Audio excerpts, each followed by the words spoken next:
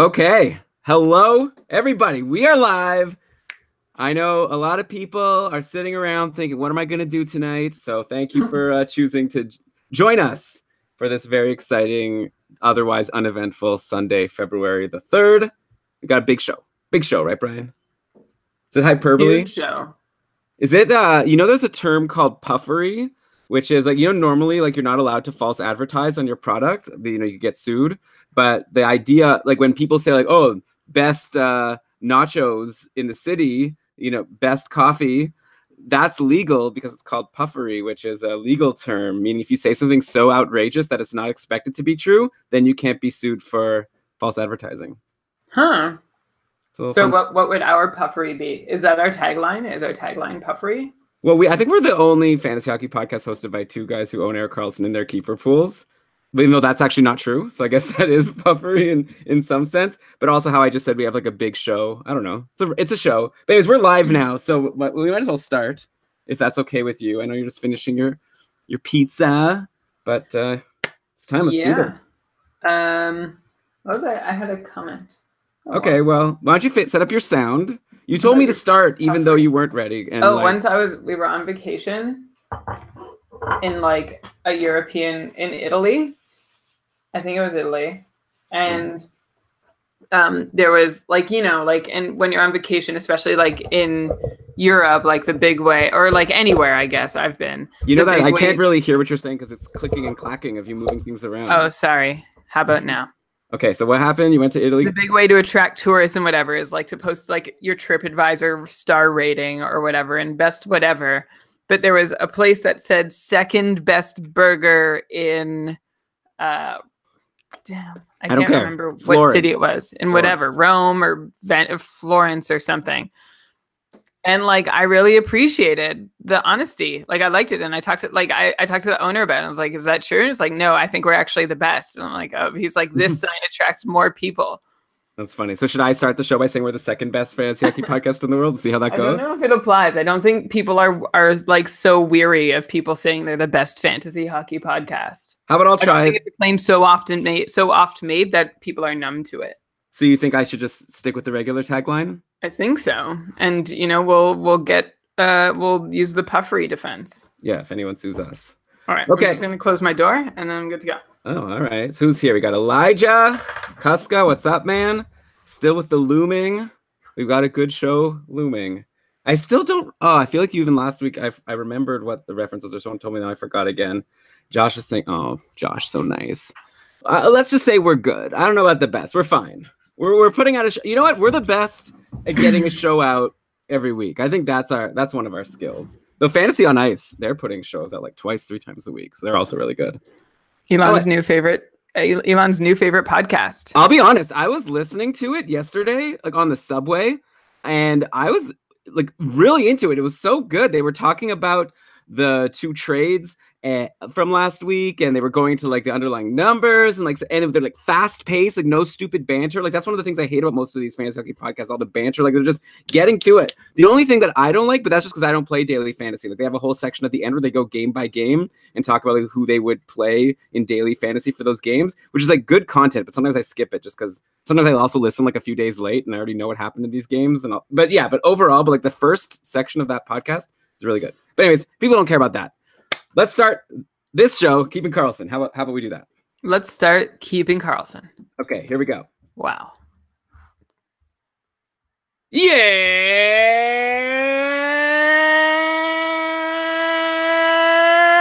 Yes! Welcome, everybody!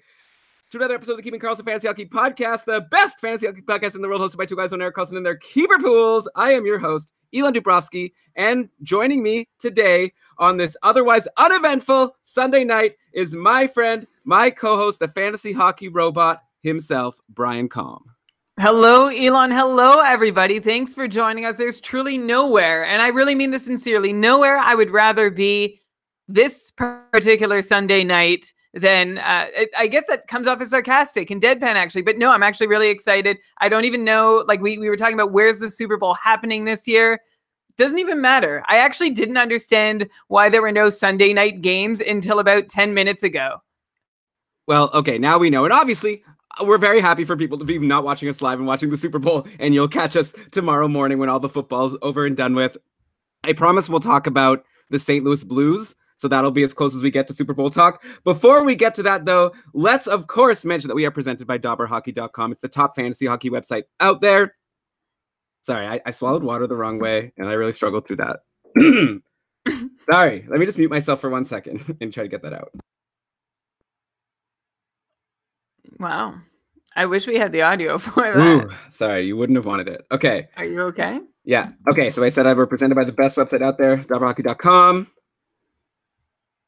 Most of us in our fantasy leagues are approaching the trade deadline, so now's kind of our last chance to make our big, like, buy low, sell high. We've got to make a lot of important decisions, so why not check out that site for all the daily articles, get the ramblings, get the up-to-date analyses of everything going on, plus all the tools you're going to need to help make your important decisions over on Frozen Tools, line combos, starting goalies, everything you need, DobberHockey.com. Trust me, it's good. You're not going to go there and be like, what is this garbage website they're sending us to? No, I promise you're going to go to DobberHockey.com and you are going to be there for a while. Okay, Brian, let's get started with the big news of this week. We've got a couple trades to discuss, and I want to get right into it and talk about the Pittsburgh Penguins getting Nick Bjugstad and Jared McCann from Florida for Derek Brassard, Riley Sheehan, and some picks. And I want to start on the Pens side because every single time I feel like the Pittsburgh Penguins make a trade and get a player who could foreseeably play in the top six, everyone goes bananas. Everyone loses their mind. You see, I saw Bjugstad's percentage ownership skyrocketing on Yahoo and our Facebook group. Everyone's like, should I drop this guy for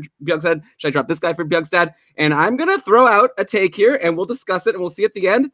I don't know. I'm not so into Bjugstad. I might even be more into Derek Brassard if I wanted to add one of the guys from this trade. But we'll get into all of it. So Bjugstad, 26 years old, former first-round pick. He's kind of been jumping on and off our radars ever since we started the Keeping Karlsson Fantasy Hockey podcast. He put up a 49-point pace in 2014-15, which was his second season. He was averaging almost 3 shots per game. We were talking about it. I was like, oh, this guy's great. He's like really good for shots. He's going to score some goals for you. A really good stream whenever you could get him into your lineup.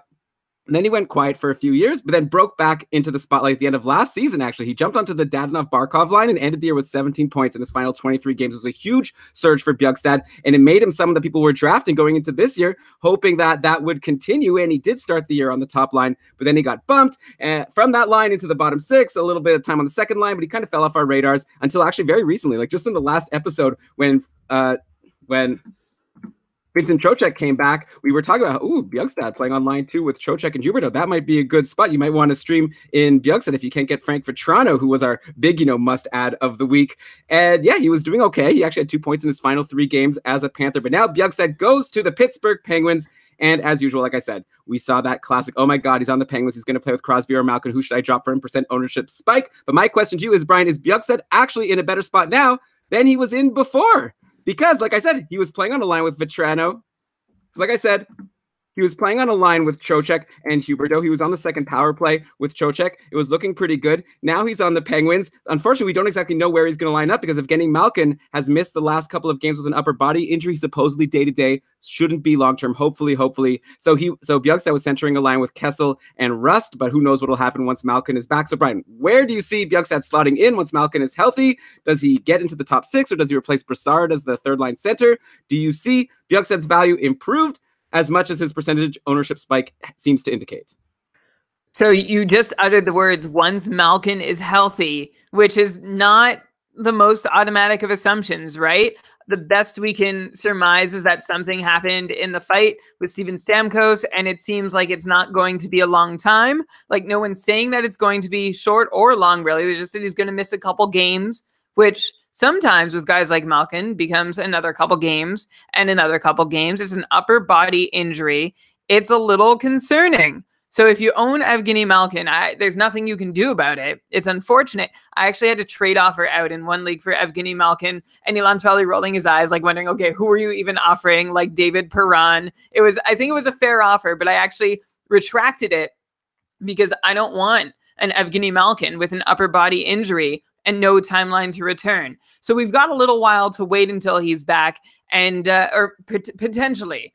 Yeah, but I think this is fear mongering, Brian. Like, they're saying he might be back by next week. By the time people listen to this, he might be playing. True. So it sounded so automatic when you said once Malkin is healthy. I just feel like it's not so automatic. But I'm going to, for the sake of this segment, assume that Malkin is going to be healthy before too long after dropping that big warning. So let's take stock of the Penguins' top six. You've got Crosby and Gensel and Malkin and Kessel as the duos, and then you've got 2 third wheel spots open. The contenders for those third wheel spots are Brian Rust, Dominic Simone, Patrick Hornqvist, Tanner Pearson, and now Nick Bjugstad. You've got 5 guys fighting for 2 spots, so I think Pearson is probably nearly out of the running to land one. And it also seems like the Penguins aren't playing Hornqvist up with Crosby anymore. They don't like it, or Crosby doesn't like it. So that means that Bjugstad is probably contending with Rust and Simone for a top 6 spot. And to be honest, I think he's got a shot. I'm a little more optimistic about Bjugstad in Pittsburgh than you are, Elon. If Bjugstad does get there into the top 6, of course, he's probably as valuable as either Rust or Simone have been for the last several weeks, maybe more, which means that if you see Bjugstad playing in the top 6, he's worth a stream when he's there. And I am optimistic on Bjugstad because looking at the numbers of that whole group of third wheel candidates that I just mentioned, Nick Bjugstad sits second amongst that group, amongst Rust, Simone, Pearson, and Hornqvist.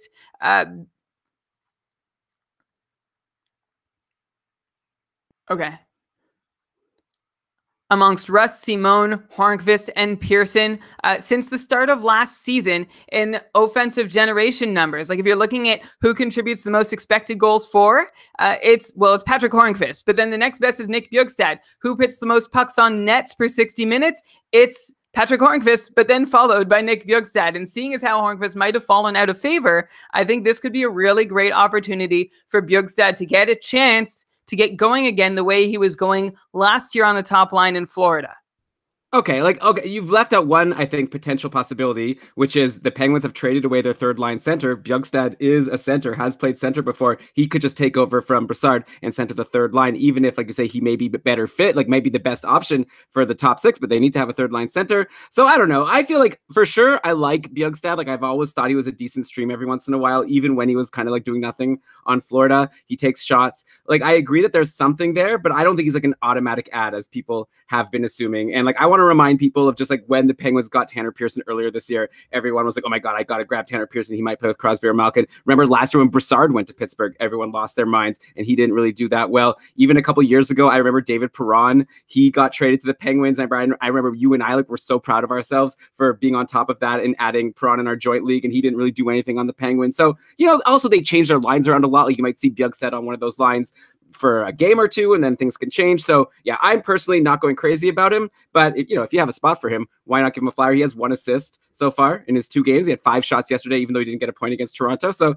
obviously he's not nothing. He's good, but I think he's similar to what Brassard was before the trade.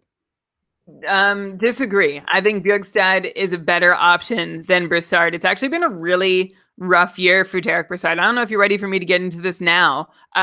Before I jump to the Brassard side of things, though, let's also mention that Jared McCann went to Pittsburgh, and you're saying maybe Bjugstad is going to be the third line center. Well, that's a role that Jared McCann can fill also. And then you've got Matt Cullen also in Pittsburgh right now. So between those 4 guys, you've got Crosby, McCann, and Cullen, and then a healthy Malkin. They don't need to use Bjugstad down the middle. They can, but this was a great move for the Penguins to shore up their center depth. As for Derek Brassard, you want me to tell you why I'm not a believer in him this year? Well, no. How about let me get to him because we're still on Pittsburgh. Well, okay, fine. But the TLDR before anything happens, the prescript is that I think Bjugstad is better positioned in terms of his own talent and ability to make good use of his time in Pittsburgh than Derek Brassard was this season.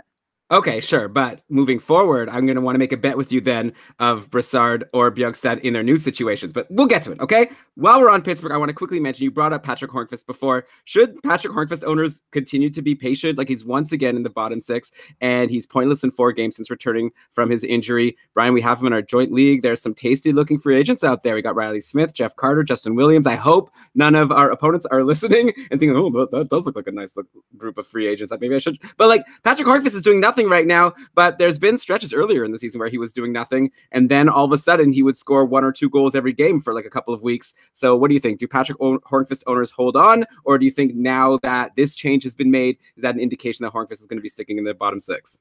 We have a lot of flux in the Pittsburgh lineup right now with these two players, McCann and Bjorkstad coming in, Brassard going out, Malkin being injured. Did I say that already? So Hornqvist, it's really hard to say what's going to happen with him, but it really, to me, the fact that he's playing on the third line and not getting opportunities, although I think the last time I checked, he was still on the top power play unit, so there's some value there. But it seems like the Penguins, like, I feel like they're kind of over Patrick Hornqvist. And I wonder if he is a trade chip for them going, like, I don't know if he's the best third line option for them. So I'll be very curious to see how they use him going forward. It's hard to tell. There's a lot of dust that needs to settle first. I can tell you I own Hornqvist in 2 leagues and I'm not excited about it. I'm not doing anything about it yet, but I'm not excited about it. Are you including our joint league in those 2 leagues, or are those 2 other leagues? Yeah, those are 2 other leagues. Obviously. So I own Hornqvist in 3 leagues. What a jerk. You know what? Next year, Brian, I'm just going to run this team by myself. You know, I own Hornqvist in 2 leagues, and we own him in 1 league. Sure. Okay. So yeah, the thing with Patrick Hornqvist is he is on that top power play, like you say, though it is interesting because when he has been injured, Jake Gensel's seemed to fit in just fine on the top power play in his stead. So maybe they can trade him and get someone for him. I don't exactly know what Pittsburgh needs. They do have Justin Schultz coming back soon. So it's not as if they like need defense. They've already got one guy coming in soon. Okay, Brian, let's go to the Panthers. Let's talk about Derek Brassard. He had his debut yesterday in the 3-1 win over Vegas. And interestingly, he didn't play center. I was shocked. I thought for sure he was going to be a third line center, just like he was on Pittsburgh. But no, he took Bjugstad's spot on the Vincent Trocheck line, or on Trocheck's wing. And actually the Panthers shook everything up because they ended up going with Barkov, Dadonov, and Huberdeau, which was the first line at the beginning of last year when Dadonov first got to the team. Then they had Trocheck with Hoffman and Brassard. And then the third line was Borgstrom with Vetrano and Riley Sheehan, who was also newly acquired in this trade. And the top power play was Barkov, Dadonov, Hoffman, Huberdeau, Yandel. And then Brassard got onto the second power play with Trocheck, Vetrano, Borgstrom, Aaron Ekblad. So, Brian, if this sticks, and you got to assume it's going to stick for a little bit, they did win their last game, right? That seems like great news for Derek Brassard. If he's going to be playing with Hoffman and Trocheck on the second line, and also on this second power play unit with some good stars like Vincent Trocheck and Aaron Ekblad. So I feel like I really like what Brassard is doing right now. He actually assisted on Mike Hoffman's third period goal yesterday, and let's not forget that Brassard is like not so far removed from being a strong fantasy contributor. He put up 38 points in 58 games for a 54-point pace before, like last year, before the Sens traded him to Pittsburgh. And the years before that, he was always a consistent like 55 to 60-point guy. So except for that 1 year in Ottawa, his first year in Ottawa, he did nothing. But yeah, would I be crazy to say, Brian? I guess I've already said it. Like that I currently prefer to own Brassard over Bjugstad if I was taking a flyer on someone that was involved in this trade. So it's all about who's going to land in the top 6 and who's not going to. Right now, it's good news for Derek Brassard that he had a spot in the top 6 upon arrival in Florida. The thing that concerns me about Brassard is he's not the player he once was. He can get points by osmosis pretty well if he does get to play with Trocheck and Hoffman, which, yeah, is a brand new line. The thing about Brassard is that he's having pretty much his worst season in recent memory, both by his counting stats and the ones we look at under the hood. So I feel like Brassard, like you're talking about who can slide into a third line center role. You mentioned Bjugstad might do that. I think Brassard actually needs to be the one to do that in Florida. And I think that would mean Vetrano pops back up into the top 6. Like if you're a Vetrano owner panicking that he got bumped out, I would wait another game or two if you can afford the patience, just in case Vetrano does get bumped back up to the top 6 before very long. Like if it were me coaching the Panthers, I would much rather have Vetrano on that top line than Brassard, have Brassard center my third line. And then like the Panthers roll heavily or rely heavily on their top 2 lines anyway. So I would load them up if I were Florida. And that means Vetrano's there and Brassard's not. Well, I don't know. Like Henrik Borgstrom, I think he's a center. They like him centering the third line. So yeah, like he was centering the second line before Trocheck came back. So what do you think? I don't think they're going to send Borgstrom all of a sudden down to the fourth line. So I think it kind of makes sense that Brassard gets to play wing and he's going to be in the top 6. I think he's probably a better player than Vetrano. You would think. I don't know. Like obviously one's near the beginning of his career, one's near the end of his career. We'll have to wait and see. Like you said, this could be bad news for Frank Vetrano, who last week we were calling a must add as he was playing on the top line. Now all of a sudden he's playing on this line with Henrik Borgstrom and who was it? Riley Sheehan, which is obviously a bit of a downgrade. He did score a goal in the last game, or no, he assisted on a goal. Sorry, he did score a goal in the last game. It was actually assisted by Barkov. It was at the end of the game, so I don't know what was going on right there at the end. Brian, last show, you also said, since we're on Florida, you talked about Mike Hoffman as a potential sell high. You were looking into some of his numbers, and also we were talking about how he was playing in the bottom six. And you were saying maybe things didn't look super sustainable. Are we still considering Mike Hoffman a sell high at the trade deadline, or now are you going to take it back because it's a whole different situation and he's playing on this line with Trocheck? Well, he has just 1 point in his last 4 games, which proves nothing. I was not right yet to say that we should sell high, although his ice time really did dip. He was down to like 13 and 14 minutes a game just for a couple games, and it's since bounced up a little bit. But last game against Vegas, he played just 15 minutes and 10 seconds, had 1 goal on only 2 shots. In fact, in 3 of his last 4 games, he's had 2 shots or less, which, like, I don't know, he said 0, 2, and 2 shots. The other game he had 7 shots. So maybe I'm making too big a deal about that, trying to read into my own, like, the narrative I'm trying to build here about Mike Hoffman. Again, like, this is like Pittsburgh. There are a lot of pieces that have just changed. I don't know what the line, like, this is a situation where we need to look at how the lines are this week to figure out where the value is. I don't know why now the Panthers would bump Hoffman up into the top 6. Like, can you think of a reason that they would promote him compared to before? Well, I guess they thought Bjugstad had earned a spot, and now Bjugstad's gone. So yeah. I don't know. I guess that's the reason. But who knows?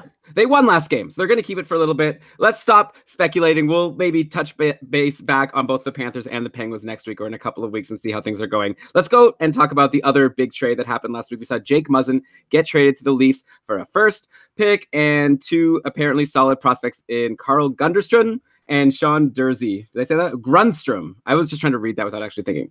Carl Grundstrom. I know all about Carl Grundstrom. Actually, Brian, I know we have a whole thing slated to talk about him and Sean Durzi, but how about we save that for a future episode? And for now, let's focus on Jake Muzzin. Just like with Bjugstad, this Muzzin trade to the Leafs caused Muzzin's Yahoo % ownership to spike pretty huge. And again, not to be Debbie Downer, but I'm not sure if the increase is all that justified. Though, of course, I'm very curious to hear what you think about Jake Muzzin now as a Leaf. So Jake Muzzin, he's been a 40-plus point guy in 3 of the last 4 seasons for the Kings, but he definitely took a step back this year. He only has 21 points in 50 games with the Kings before he went over to the Leafs. Got to imagine a lot of that was due to LA finally switching to that 4-forward, 1D-man power play. So they bumped Muzzin from the top power play as he'd been playing there for a lot of the last few seasons. Now on the Leafs, Muzzin has played 2 games. He has no points so far. He took his first 2 shots as a Leaf yesterday versus the Pens. He was playing on the first pairing with Morgan Rielly, and he played on the second power play, much like in LA. So he was on a power play with actually Jake Gardiner, who was 2 defensemen on the second power play, and then Nylander, Marleau, and Andreas Johnsson. I don't know, the way I see it, Jake Gardiner last year had 52 points, and that was with 15 of them being on the power play, and Toronto had 2 pretty even power play units, and I feel like that was a big part of why Jake Gardiner was able to get all the way up to 52 points. This year, the Leafs have stacked the top power play, and Gardiner's production has taken a big hit as a result, and to me, like, I don't see a big reason to expect Jake Muzzin to do anything more than what we've been expecting from Jake Gardiner this year. Like, is Jake Muzzin like a much better offensive contributor than Jake Gardiner? I don't think so. So I feel like at the best, I would project Jake Muzzin as a Leaf to do the same thing as what Jake Gardiner's been doing as a Leaf, which is, not too great. Maybe upside for 40 points, but probably less. I don't know. So, Brian, do you see any reason to expect a sudden surge in points from Muzzin, or do you expect him to fall back into free agency soon in any league where he was a free agent before the trade? I'm with you completely on this one, Elon. I don't see a whole lot of added value with Muzzin in Toronto, which kind of sounds crazy. I mean, some might think, well, this plus minus is going to be a lot better, but Muzzin was already a plus 10 in Los Angeles. So if your league counts that is, you can't really improve a whole lot on that already. So if you weren't interested in him for that plus 10 before, you might not be interested in it from him now. I guess you could hope that Muzzin being on a team that scores more goals will help him collect a couple more points. Both the Leafs and Kings have played 51 games so far, but Toronto has scored 63 more goals than LA. So if you're owning Muzzin, then I guess you're hoping he can occasionally get in on that extra goal per game being scored by his new team compared to his old team. Outside of that, Elon, I think your comparison of Muzzin to the other Jake on Toronto is pretty apt. Both guys have some offensive ability. Neither one is really being counted on for it. Morgan Rielly has that role locked down on the top power play. Both might get points because they're playing on such a talented goal-scoring team, but neither one's value changes a whole lot with this trade, and I guess Muzzin specifically.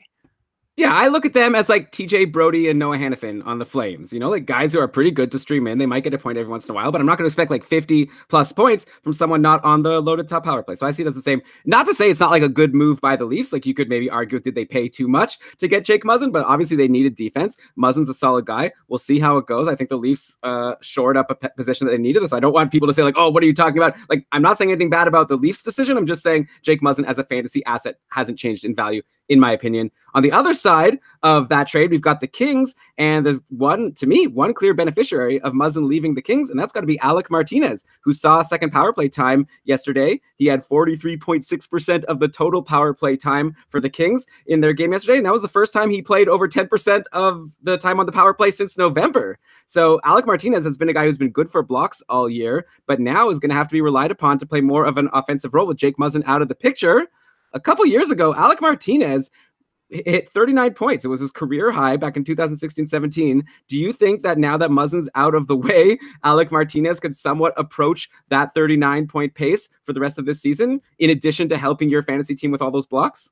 Well, with second power play unit time, Alec Martinez has generally been able to put up somewhere in the neighborhood of 10 power play points a year, give or take. So now that he's got that time back, sure, like count on him for a better pace than 24 points that he's had so far this year. Although keep in mind, last year, Martinez paced for 27 points with that second power play time, with 11 power play points, 2 power play goals, 9 assists. So look, I don't think Martinez's value really rises a whole lot. Maybe as a streamer, you might be more interested in him. But if I'm choosing between Martinez and Muzzin, which you didn't ask me, but if I am, I still prefer Jake Muzzin. Yeah, I would too. But I just say like maybe Martinez went from like a 25 to 30 point guy to like a 35 point guy. And that could be valuable if you're also getting his hits. LA plays Monday, Tuesday next week. So you could always stream Martinez in after you listen to this, see how he does. You could always drop him after a couple of games. Okay, so that's it for the 2 trades. Let's go to some injuries and outjuries. We've got a big name who came back on yesterday for the Anaheim Ducks. Corey Perry finally had his triumphant return. And of course, by triumphant, I mean that it was a effing disaster, a terrible game. The Jets scored 6 goals on John Gibson in the first period on the way to a 9-3 trouncing. For what it's worth, for Corey Perry, he actually ended the game with even plus minus. So there were a lot of power play goals. I think that Jack Roslovich, all 3 of his goals yesterday were power play goals. So I don't know, but for what it's worth, Corey Perry wasn't so bad in terms of plus minus at even strength. Again, that's not worth much. And he did take 4 shots, so that's good. He didn't get any points. He played on a stacked top line with Getzlaf and Raquel. He slotted into the second power play, and I'd imagine it won't be long before Corey Perry gets onto that top power play unit, bumping someone like Nick Ritchie. So Brian, here's the obvious question. Like, Corey Perry's old, and the Ducks have been terrible lately. Getzlaf and Raquel have been huge disappointments so far, so it's not like playing with them is like the hugest prize right now. But that said, Corey Perry has been fantasy relevant for his whole career, and even though he's slowed down, he still had a 57-point pace last year, 49 points in 71 games. So it's not as if he's fallen off yet. Now he's back from surgery. Maybe he's stronger than ever. I like the fact that he was able to take 4 shots on goal, do something for your fantasy team yesterday. So should people go out and grab Corey Perry if he's available in free agency? They can enjoy the Ducks' nice off-day schedule, get him into your lineup like more often than you get someone else. Or do you just say like, oh, the Ducks suck, Corey Perry is going to suck, don't even touch this team and anyone on it? That's the biggest argument to not go for Corey Perry, and that's that Anaheim is a black hole for offense and any kind of success, so you don't want to touch that. But just looking at Corey Perry in a vacuum away from his team for a sec, I like that he got 4 shots in his return. And Elon, I share your hope that Perry does wind up on the top power play unit. Honestly, why wouldn't he? Nick Ritchie, who's there now, has 4 power play points in 37 games. So he's not really making a case that he really belongs there. Elon, I have a question for you. Can you guess the Ducks' top power play producer so far this year with a meager 7 power play points? Okay, well, I guess Getzlaf would be the obvious answer, so I won't say him. How about, I guess, Adam Henrique? Oh, wow, you did it. Adam Henrique leads the Ducks with 7 power play points. Then you've got Jacob Silfverberg, Hampus Lindholm, and Rickard Raquel tied for second with 6 power play points. Then you have Getzlaf, third on the team with 5 power play points. Like, if Corey Perry has a few good games, he could conceivably lead the Ducks in power play points before very long. So what's to lose? in trying Corey Perry on the top unit, it's not like the Ducks can spread out talent amongst two units. So why wouldn't they load up the top one, close their eyes, hope for the best? Now, I admit that I am more hopeful on Corey Perry than most. And one indicator of that is that I bid $7 to add him to my cupful team when there were zero other bids. And that represented a quarter of my remaining fab budget. So, I don't know. I don't know if I'm being unreasonably hopeful. I don't know if him being on Anaheim scared everyone off, or maybe it was the fact that we've seen a very steady decline from Corey Perry for the last 5 years at least. And now he's 33 years old. That's not when we expect a player to save themselves and still say that they've got a chance to impress again after 2 straight years of barely 55-point production. But as I've said before, and you just mentioned, Elon, I'm intrigued by the physical angle of Corey Perry returning from this injury that he's been playing through for 7 years or whatever, and we'll see what he can do with his new body. I think 55 points is a very reasonable expectation for Corey Perry. He was on that 56, 57-point pace last year, as you mentioned, and he only had 11 power play points, which is second power play unit production. So even if he stays on the second unit, well, I mean, Anaheim would have to fix their power play to some extent, but he could still be on a 55-point pace. Look, the bottom line is it's hard to find 55-point players off your waiver wire this time of year. So I think go for Perry, go for the 55 points, and it's gravy if his body allows him to do more than that and pop in a few extra points with this new and improved knee or whatever it was. So I'm optimistic on Corey Perry, although the Ducks really do stink. That's the counterpoint. Yeah, take a chance. Take a chance on him. Okay, I'm probably not going to do a whole parody song about take a chance on Corey Perry. But okay, also on the Ducks. Oh, by the way, I will say that they play Monday, Tuesday next week as well. So you could always try them for a couple days, and then you could cut bait right away if you're like, oh, this was terrible advice. You screwed me. I had 2 bad games. You'll see. John Gibson, by the way, just ruined a lot of people's weeks yesterday with these 6 goals against in the first period before finally mercifully getting pulled. Like, what do we do at this point if you own John Gibson? Is it time to sell him while he still has a decent overall save percentage due to his strong start? Like, he's still at .916, which is really good, especially good. Like, you would think for a lot of goalies, you'd let in 6 goals in one period. That's going to really tank your save percentage, even at this point of the year. But yeah, John Gibson's still looking good overall. Plus, he was bad in his previous game. Like, or do we expect him and the Ducks to figure things out moving forward at some point? Like, the crazy thing to me is that I feel like this Ducks team looks decent on paper. Like, I thought that this was going to be a team that was going to maybe fight to make the playoffs this year. Obviously, that is not what's happening. I don't get how they've been so bad. And yeah, I'm curious to know what you think about John Gibson. Like, is he someone that if you have him, do you sell? If you don't have him, do you try to buy? Or is it just like, you know, the option I had with Corey Perry, where just stay away. You don't want to be near this guy. If you could sell him, like, go ahead and do it. So first, I disagree that Anaheim could have contended for a playoff spot this year. They look very thin on paper, and I didn't expect a whole lot from them this year, but definitely didn't see this huge disaster coming. And if you're looking at how valuable John Gibson is, or really any Anaheim player going forward, I really am not expecting a whole lot to be figured out in Anaheim between now and the end of the season. I'm quickly losing faith, or I already had lost faith, but my faith continues to decline in Anaheim's front office after the vote of confidence they gave Randy Carlyle not too long ago, and also their weird trades lately, like what they shipped off Andrew Cogliano to shake things up and got Devin Shore back. What are you gaining from that deal? Anyway, if your league counts saves only, or if goals saved above average, no league counts saves only. Well, this is it. Or if you count goals saved above average per 60 minutes, which your league also won't definitely count.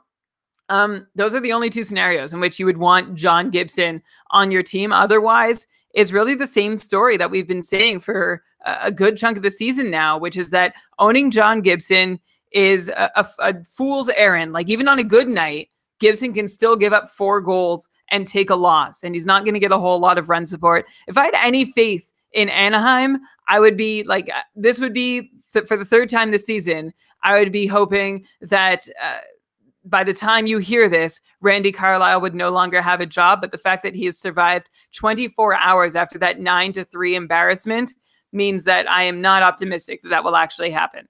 Man, Brad, this I think is a hot take. You definitely have not been saying all year that John Gibson is like someone people should stay away from. This is a new thing that you're saying for sure. A lot of people were talking about John Gibson as a potential Vezina candidate a little while ago. I'm saying he is amazing, though. He is probably one of like I don't have my charts right in front of me now, but he does have amongst, if not the best goal saved above average per 60 minutes. Like he is doing incredible work given the quantity and quality of shots that he's facing. I'm just saying as a fantasy own, that's not very helpful because he can have an above 900 save percentage and help you there like consistently. 900 is a low mark. But usually if you give up 3 or 4 goals, you're going to have a rotten save percentage. He sees enough pucks that he's not necessarily in control of how many goals he gives up. Like he can have a great save percentage, but his goals against average won't help you. He's not going to pick up a lot of wins.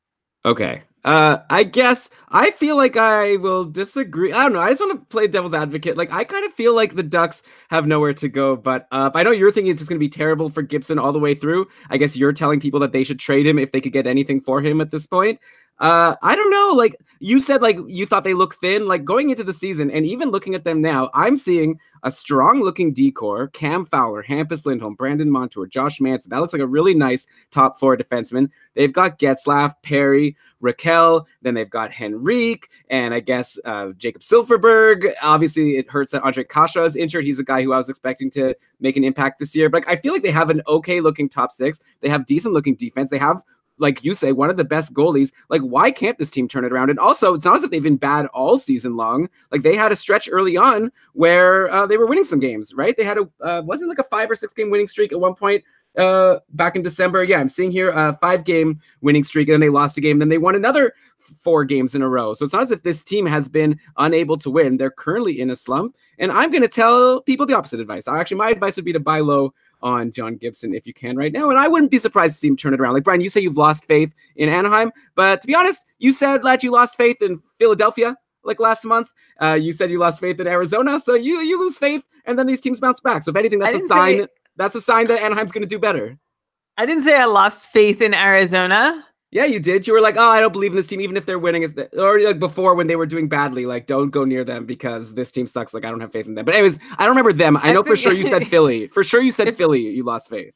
For sure that I wasn't sure they were going to figure things out. And I mean, that was partially before they got a new coach and they got it. Like, it seems like I'm optimistic in Philadelphia.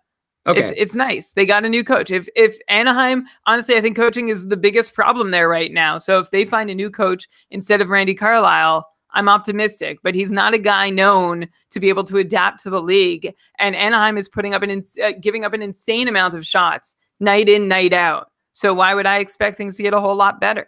Yeah, I don't know. It's just my gut feeling. I don't mean to, like, say anything bad about you. Just throwing it out there that I want to put my flag in the sand, whatever people do with flags, and say that I think that Anaheim, like, they can't get worse. I don't know. I feel like now would be a dumb time to trade John Gibson, unless you really think he's just going to be terrible and people are buying him for his name. Okay, Brian, before we move on to some more injuries and outjuries, because again, this was an outjury talk about Corey Perry, let's take a second to thank a sponsor for this week's episode, which are our friends over at SeatGeek. There's a lot of people who might not be listening live because they're over in Atlanta watching a football show, but I want to recommend to you that if you happen to go to Atlanta, why not do some other things while you're there? And if you want to do that, you might want to get tickets to a show or a movie or whatever.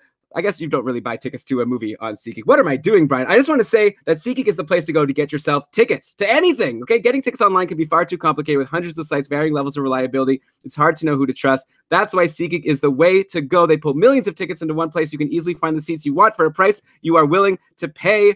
Honestly, Brian, I love just taking out my phone, browsing through the SeatGeek app. You get these prices. You could sort the prices by value to see, not necessarily the cheapest, but what's like a good value, like the price they're paying versus what it normally goes for. You could also get a sense of what the actual price will be, which I really like, because when you get to checkout, there's no hidden fees that jump out at you. As you're browsing through the SeatGeek app, seeing what you want to do, you're going to see what the actual price is. If you're in Atlanta right now, Brian, I've been playing this game with you recently of telling you some shows that you could potentially go buy tickets to on SeatGeek. What do you think would be more expensive if you wanted to see Fleetwood Mac or if you wanted to see Pink with guest artist Julia Michaels, who I don't know who that is, but I definitely know who Pink is. She sings the song about having issues.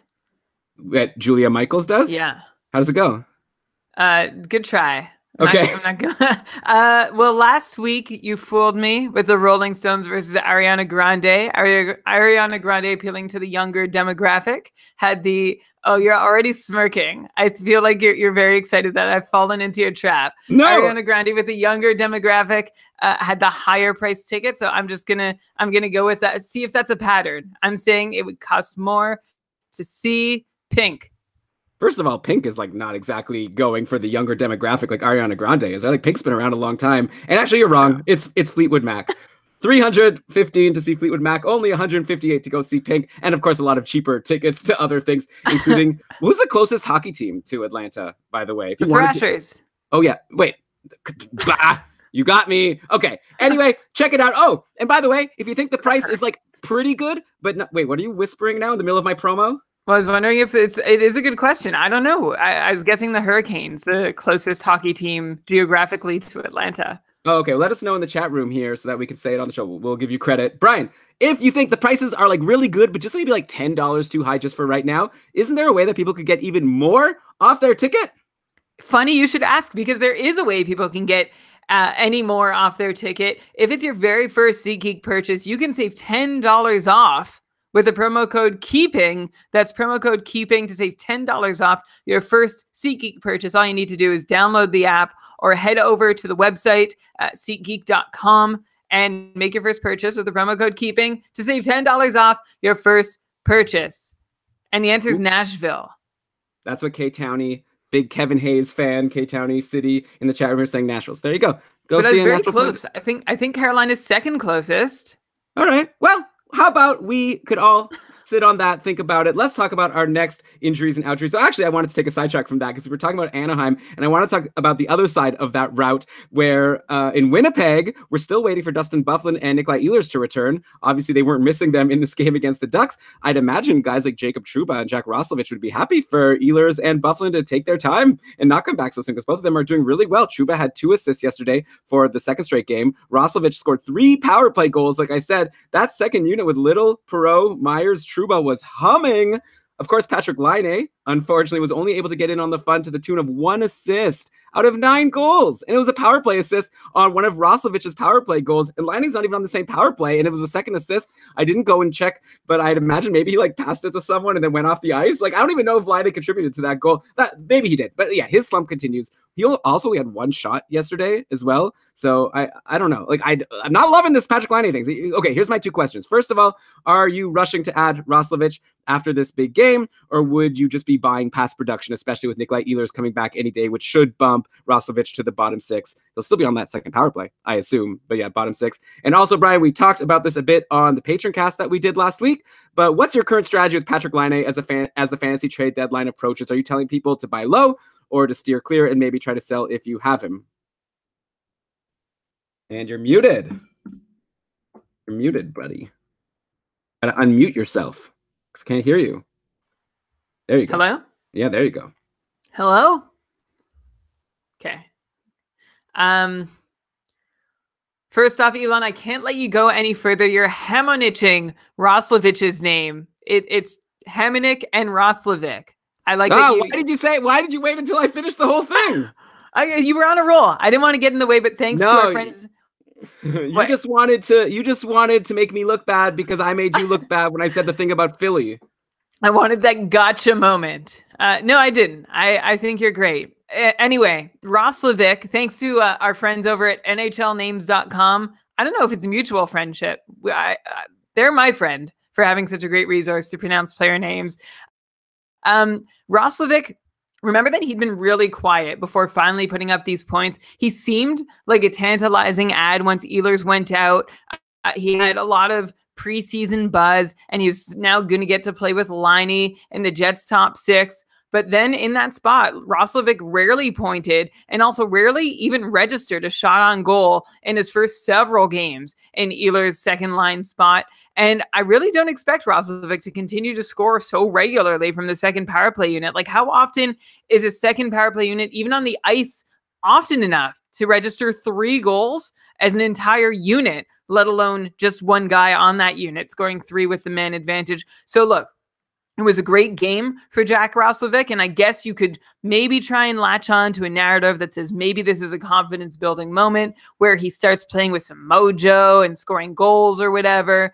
But the guy had 38 shots in 50 games, heading into Saturday night, where he finally took 5 shots. So I'm going to repeat that: 38 shots in 50 games. I don't have those numbers reversed. That's less than a shot per game. So let's see how much Roslovic's shooting habits really change. And that's why I'm not rushing to add him. I'll keep a watchful eye for the moment. He seemed like a good stream in that spot, but I am not really excited to own Jack Roslovic. Yeah, I thought for sure you were just going to say like no pass. Like I'm surprised you even dug too deep into it, especially with Nikolai Ehlers coming back. Like, come on. Like this is the typical, a guy has a big game, his percent ownership surges, people add him thinking he's going to keep it up, and then he doesn't, and he'll get dropped in a week. So don't be that guy. Don't add Jack Roslovic, especially if you could get Derek Brassard, who I'm more into right now. And then you wanted to know about Patrick Laine, and dear God, I have no idea what to do or say about Patrick Laine at this point. The stymieing part about him is that if I were looking at Laine's underlying numbers, I wouldn't really be thinking so much as a miss. I mean, he's still on pace for 40 goals. But the rest of his game is in shambles, it seems. This slump has earned Laine a lot of scrutiny, and that's really put the spotlight on how great a shooter he is, but how deficient he is at just about every other aspect of his game. In fantasy, though, we just care that Laine is amazing at getting high danger shots off. We also care in fantasy that none of them, or not as many of them that as we want, seem to be going in, and that Laine's deficiencies are also hurting his ice time and the offensive opportunities that he's getting. So I think if I don't own Patrick Laine, I would still buy low on him. He's like the Gostisbehere of forwards for this year, where you don't want to give up much to take on the risk. Like, he seems like a great buy low opportunity, but you don't want to take on, it feels like there's a whole lot of risks there. But at the same time, his current owner probably isn't going to want to sell him for whatever pittance you're willing to offer to take on that risk. So it's a really tricky spot if you're looking at acquiring Patrick Laine. It seems silly if you're in a league that values goals and weights them heavily. Maybe this is a moment where you can take advantage and add a 40-goal scorer to your team who's probably going to do better than his current point pace would suggest. But outside of that, outside of like a goals heavy league, I don't know. Would you want to add Patrick Laine right now, Elon? Like, no, not really. Like, I mean, obviously it depends what price I'm paying. If I had him on my roster, I wouldn't be dropping him. Like, I'd love him for the upside of the goals. Like, he's one of the I haven't lost many matchups in the Keeping Karlsson Ultimate Patron Fantasy League this year, but one of the matchups that I did lose was because Patrick Laine scored 5 goals in one game, then like 2 goals in the next game, and it killed me, and I hated my life. So I'd love to do that to someone else in the fantasy playoffs.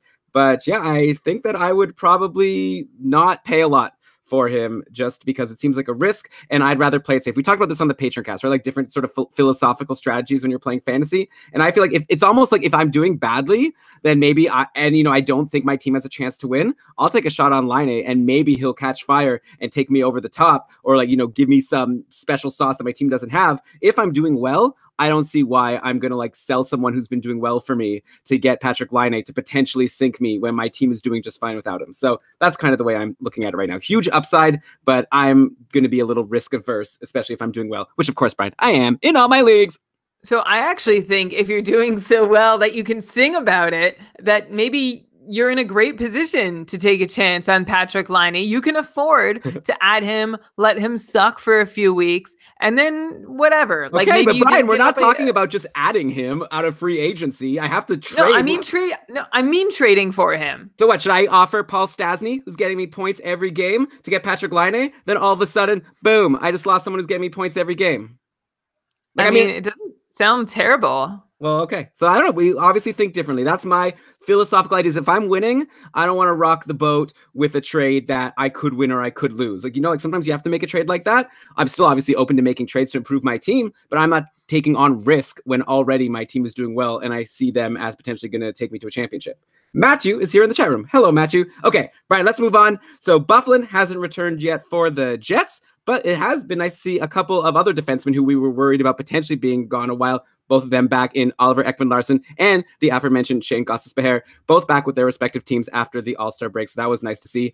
Both of these two teams have something else in common, and I mentioned it earlier in the episode. These are two teams that I actually called a couple weeks ago to have stronger second halves than their first halves. And I'm talking, of course, about the Philadelphia Flyers and the Arizona Coyotes. Brian, you know this is true. I called it like 3 weeks ago now. I said I think both of these teams are going to do something in the second half. So far, looking pretty good. I think I can see you're getting really annoyed. So maybe I will not emphasize the fact that also these are two teams that you've said in the past that you disagree that they will do well. The Coyotes continue to impress, at least me yesterday. They took the Sharks to overtime before Brent Burns put away the game-winning goal in overtime. Darcy Kemper had another solid game. He stopped 32 of 35. And really, like, I feel pretty strongly that, at least in fantasy, these like 3-on-3 overtime goals against shouldn't count against a goalie's save percentage. Like, come on, it's like the All-Star game. Did you watch that? Crap, like, goals are going in all the time. It's the same thing, 3-on-3. Like, Darcy Kemper had an amazing game. He doesn't deserve the mediocre looking 914 save percentage at the end, in my opinion. He stopped over 30 shots, only let in a couple goals before Brent Burns probably had this like amazing chance to score on him in overtime. Anyway, no points for Oliver Ekman-Larsson in his return, but Connor Garland scored another goal, bringing him to 10 goals in 24 games, which is a 34-point pace. So look at this guy, Connor Garland. Brian, are you still feeling the same way about Kemper and the Coyotes as you have been before? Are you annoyed that I keep bringing them up? 34 goal pace, by the way. You said point pace. So way to go, Connor Garland. Elon, I just don't know what it takes to impress you. Like, do you know what Arizona's record is in their last 5 games? What is it? A lot, right? Mostly wins? They've won twice. And they lost 2 in overtime to really good teams, right? Yeah. Yeah, so they're doing really well. Like, I'm not expecting them to beat like the Sharks and whatever. I mean, these are tough teams, but they're clearly showing themselves to be a good team that could keep up with the best teams in the league. And wait for them to get some easier competition. I think they're going to continue to do well. And plus, by the way, a loss, Brian, in today's NHL is still worth a point if you go to overtime. Did you know that? Oh, wow! This changes everything.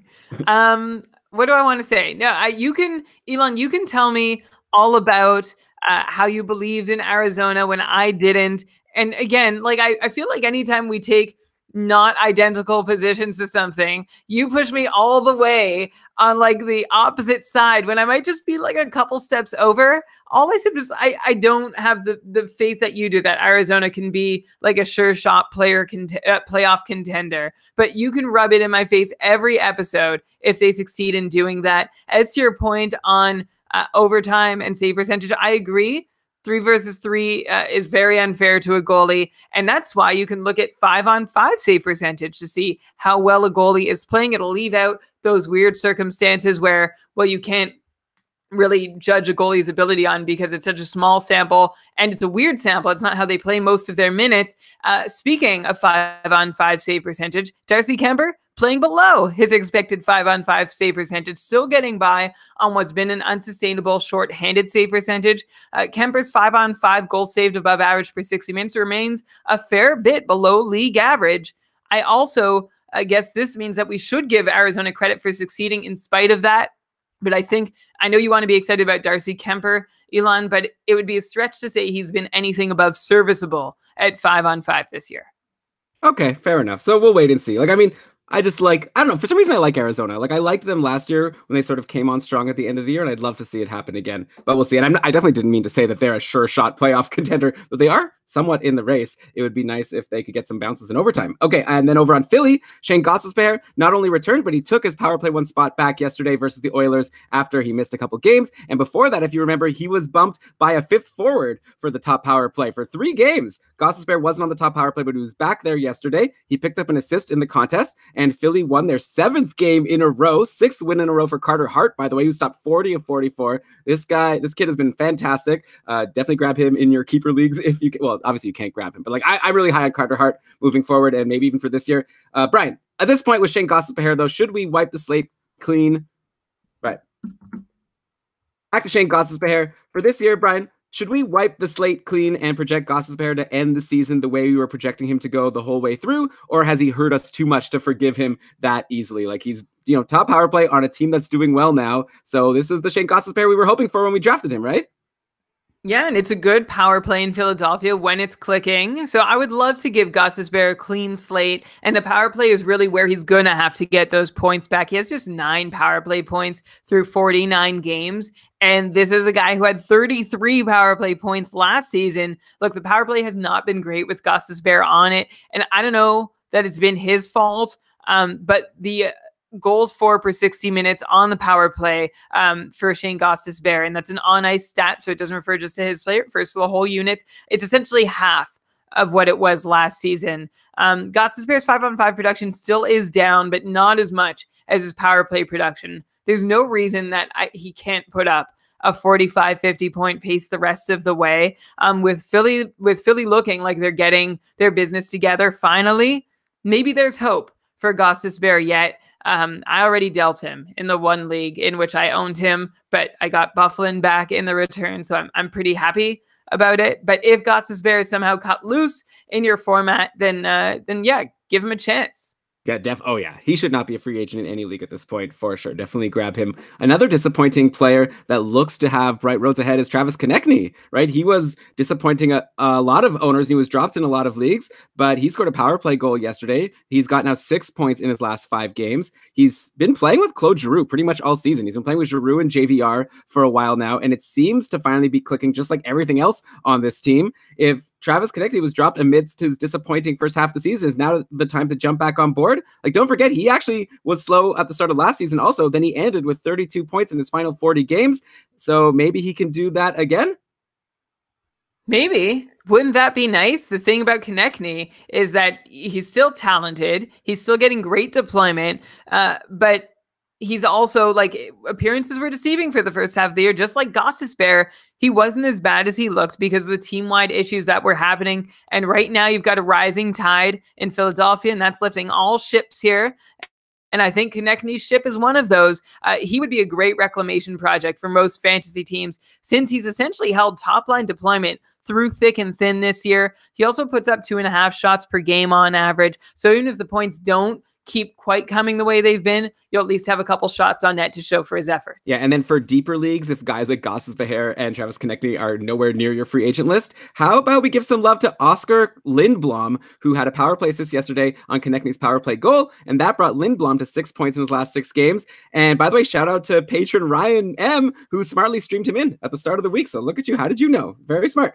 So Lindblom spent some time with Voracek and Couturier yesterday in a game where it looks like the lines are being shaken around a bit. So who knows how things will look for Philly's next game, but still seems like Lindblom could be a sneaky ad for the second half of the season, maybe a la Travis Konechny circa 2017-18.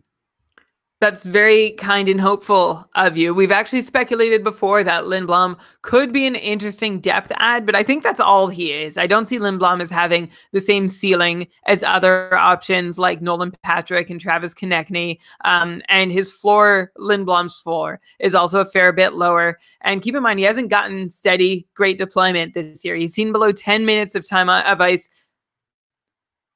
And keep in mind, he hasn't seen great deployment through the year. He's seen below 10 minutes of ice several times this year. But I do like that Lindblom has now registered at least 3 shots in each of his last 4 games.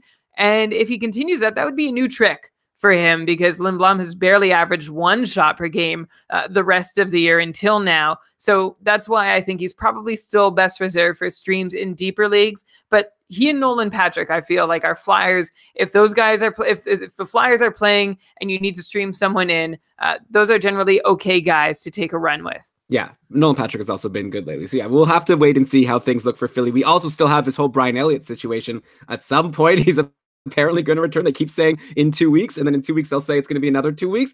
Anthony Stolarz actually had a shutout in his one game he played recently, so they're going to have to figure something out once they've got those 3 goalies healthy, if that even ever happens. Brian, actually, I wonder if I should have started the show with this next thing. Yesterday, something finally happened that we've been speculating about and wondering about for like 2 months now. But finally, Riley Smith returned to the Vegas Golden Knights, and so they had all of their expected top 6 from the start of the season, so we finally got to see what they're going to do with Brandon Pirri along with the original top 6 in the picture. And Brian, actually, I want to give us a bit of a pat on the back. If you recall, we were chatting about Pirri with Ryan Bolta 3 shows ago, and we were wondering who's going to get bumped from the top 6. And I recall one of us, I don't remember who, but it was one of us, one of the smart people in that group of 3, suggested that maybe they'll go with more of a top 9 and maybe not just like limit it to top 6 and one person gets bumped. And it seems actually that's what they did, at least yesterday. The lines for Vegas were they brought Valentin Zykov to play on the top line with Marchessault and William Karlsson. Then, of course, the second line, but actually, I want to just call this the top line at this point because they've been so good. But like Stastny, Pacioretty, and Tuck, they, of course, stayed together. And then Riley Smith played on a line with Brandon Pirri and Cody Eakin. And though, of course, like the Vegas Golden Knights lost 3-1 to the Panthers, so who knows if this gets shaken up again through the game versus Tampa on Tuesday. But Brian, all of a sudden we have brand new lines. We have a situation where Brandon Pirri is still in a somewhat relevant offensive situation, like playing with Riley Smith. That should be good. I'd love to get your take on what you're thinking about, like all of these Vegas Golden Knight forwards. In fact, I want to use my once a show option where I get to ask Brian to rank a team's forwards. I know it's a hard question. If you want, I'll give you a quick rundown of all of the options here. I'd love to get your take on how you'd rank the Vegas forwards for their fantasy value moving forward for the rest of the season. So here are our options. Okay, we've got Jonathan. Oh, before I lay it, is that okay with you? Yeah, let's do it. Okay, I know it used to be that I would ask this question way too often in a show about every team, and you'd kind of roll your eyes. But I feel like now I'm doing pretty well, right? This whole season, only once per episode max. So, okay, bear with me. Here we go. Here are our options for ranking all of the Vegas Golden Knights forwards. I'd love also for our listeners to play along at home. Tweet at us at Keeping Karlsson. Let us know how you would rank these guys. But okay, we got Jonathan Marchessault, currently on a 3-game pointless streak, pacing for only 53 points after putting up 75 points in 77 games last season. So he's really slowed down from last year. Is he a buy low guy, or is this maybe expected regression? Don't forget, Jonathan Marchessault was only a 56-point pace guy the year before with Florida. So last year, we were all convinced that Marchessault was a superstar. Maybe we were wrong. I don't know. Okay, then you've got William Karlsson. He's also on a 4-game pointless streak. He's pacing for 49 points. Hasn't been his year for sure. You've got Paul Stastny, another assist yesterday, extending his point streak to 7 games. He's got 20 points in his last 20 games. He started the season with 4 pointless games, and since then, 20 points in 20 games. Unbelievable. Max Pacioretty scored yesterday. He's got 4 goals in his last 5 games. 14 points in his last 17 over the past couple of months. Pacioretty, Stastny, and Alex Tuch have all been amazing. So Alex Tuch currently on a 2-game pointless streak. It's actually only his 4th 2-game pointless streak of the season, and he's never reached 3 games in a row without getting a point. So we'll have to see what happens in Vegas's next game. Tuch has 40 points in 46 games on the season overall. That's a 71-point pace. Who could have projected that? Then you've got Riley Smith, who was pointless in 2 games since he returned from his injury. He was also pointless in 3 games before that. So that's 5 straight games without a point for Riley Smith. 2 points in his last 9 games. He's on a 47-point pace on the season, similar to William Karlsson. Very disappointing. Brandon Peary, pointless in 5 games. No shots yesterday, so he's obviously completely fallen off after that amazing start to his career with Vegas. And then you've got guys like Zikov and Cody Eakin who are getting to play with some guys who you expect to be good, but so whatever. We don't have to count them. But of the guys I mentioned, Marchessault, Karlsson, Stastny, Pacioretty, Tuch, Riley Smith, Brandon Peary, how are you ranking these guys in terms of fantasy value for the rest of this season? Good luck, Brian. Thanks. So I'll start off with Marchessault, and just to talk about him a little bit in depth. Anytime we talk about Marchessault, I need to mention how crazy his shot pace is. Marchessault already has 201 shots, which would have been good for 85th in the entire NHL last season. And this is after only 54 games played. Marchessault ranks 4th in the league in shots on goal behind only Nate McKinnon, Patrick Kane, and Tyler Seguin so far this year. So Marchessault, if he's available in your league, he looks very much like a buy low option to me. We talked about how his drop in points is linked to William Karlsson's struggles so far this year. But even with a struggling Karlsson, I think Marchessault could get into mid-60s if things were going better for him personally, which they haven't been, but they could.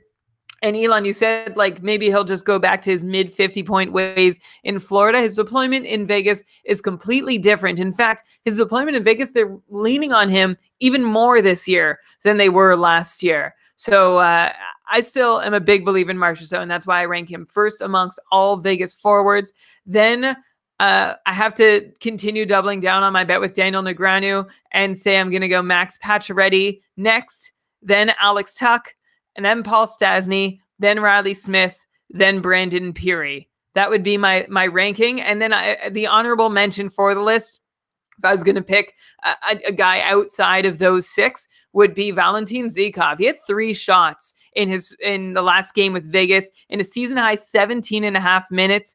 This is Zikov's 3rd team so far this season, and the 17.5 minutes he saw is 5 minutes more than Zikov had seen in any of his other games with Carolina or Edmonton. In fact, with those teams, with Edmonton or Carolina, in fact, with those teams, Zikov had surpassed 12 minutes of ice in one night just once in 18 games. So coming to Vegas seems like a good thing. He was playing even fewer than 10 minutes 9 times before he came to Vegas. So let's see if Vegas continues wanting to deploy him this way and what he can do with that deployment if he does continue to get to play with Karlsson and Marchessault on the top line. I like his upside. I like him to take a swing on. The same way that when I don't know if Nail Yakupov is like a fair comparison at all, but remember when he was bounced out of Edmonton, we saw him in St. Louis, we saw him in Colorado, and it's like maybe, just maybe, if he gets the chance, he can make the most of it. That's what interests me or intrigues me about Zykov, and that's why, like, if I'm choosing between him and Cody Eakin, I'd prefer him. Just like the upside a little more. Zykov, I feel like the early part of his career, he's kind of like a young Brandon Peary, except minus scoring goals in the few opportunities that he does get. Wait, so how is he like Brandon Peary? Well, just that he can't see, like, he has this unspoken or unrealized potential that seems to follow him from place to place, but no team wants to commit to him, either like to have him on their team, and when he is on their team, no team seems to want to give him the opportunity, and Vegas seems like the first place that's really doing that for him. Wow. Okay, so I would say that, like, I also don't want to commit to Valentin Zykov for my fantasy team. And definitely, if you're going to listen to Brian's advice, make sure he's even still skating on that Marchessault line before you add him. Like I said, Vegas lost their last game. Obviously, Marchessault and Karlsson and Smith are all still cold. So maybe they shake it up. Maybe they try to get that band back together again now that Riley Smith is back and see how that goes. So I actually really don't think it's going to last. So I would say to ignore everything Brian said about Valentin Zykov, but he is right that it is an intriguing spot for him if he does stay there. As for your rankings, yeah, I don't know, Brian. It's very hard for me to recommend Jonathan Marchessault, who's doing nothing. I know you're saying he's taking a lot of shots, and that's the whole thing with our podcast, right? We're looking at the underlying numbers, but man, that line, Pacioretty, Tuch, and Stastny are looking so good. It would be really hard for me to trade like Paul Stastny right now for Jonathan Marchessault. So maybe I would. It's hard. You're the one who I'm asking to do the rankings. I don't have to do them myself, so I'll just leave it at that. But I think I might actually have Stastny ahead of Tuch, and I don't know. I might bump Marchessault all the way down to 4th. Behind all the 3 guys on that top line, but maybe people will yell at me if I do that. But I just have a feeling like this line's going to keep on going. They're so good. They're the top line. Did you say where you'd have Pacioretty? Like maybe first, I guess. Pacioretty, Wow. Stastny, Tuch, Marchessault. But I probably wouldn't. Like I really do like Jonathan Marchessault also, and I love the fact that he's taking all these shots, like you said. So maybe it's bad luck. At the same time, if he's playing with William Karlsson, who we were saying going into the year wasn't as good as people thought, and if he's going to be playing with like Valentin Zykov, like I don't know, like I just don't think that Marchessault's getting the line mates as opposed to Stastny, Tuch, Pacioretty. They really have great chemistry together. They're going to stick together, and they're just rolling so well. How could you rank Marchessault ahead of those guys? Yeah, that's a good point, Elon. That's a big load to shoulder. Although he was playing with William Karlsson last year, who was just, had a horseshoe up his butt, and Riley Smith. So Karlsson with a horseshoe plus Riley Smith is better than Karlsson with no horseshoe and Valentin Zykov. So I'm with you there. Also, an interesting point being made in the chat by Chris, who says this is unverified, so you'll have to check your own pool's playoff schedule. But he says Vegas has one of the worst playoff schedules. So keep that in mind if you're looking into buying low on any of these Vegas guys. Oh, well, I have Stastny and Nate Schmidt and Colin Miller on my cupful team, so I will definitely look into that. That's like, but I feel like those 2 defensemen, maybe they could be streamed up. Anyways, you guys don't care about that. Let's go to our next. What are we doing? Outjuries, right? Kevin Hayes is back for the Rangers. He returned on Tuesday. He's gotten right back to where he left off. He had 2 assists versus the Devils on Thursday. Power play goal versus Tampa yesterday. He played on the second line with Buchnevich and Jesper Fast yesterday, and Hayes was on the top power play with the scorching duo of Zibanejad and Zuccarello, as well as the doing very well Chris Kreider and Kevin Shattenkirk, who somehow is missing out on pointing on like all of these power play goals he's on the ice for. Like the Rangers keep scoring power play goals, and I added Kevin Shattenkirk in a couple of my leagues because I like his schedule coming up. He actually has a stream Gami next week. The Rangers play Monday, Wednesday, Friday, Sunday. That is a term coined by Dave Betton from Stream Scheme. The stream Gami. It's the best streaming schedule you can get. The Rangers have it. And so I added Shattenkirk, and I couldn't believe all these power play goals kept on coming in. I'm getting the notifications on my watch, and Shattenkirk not getting in on any of them. But I think that might change next week. Anyway, okay, we're talking about Kevin Hayes.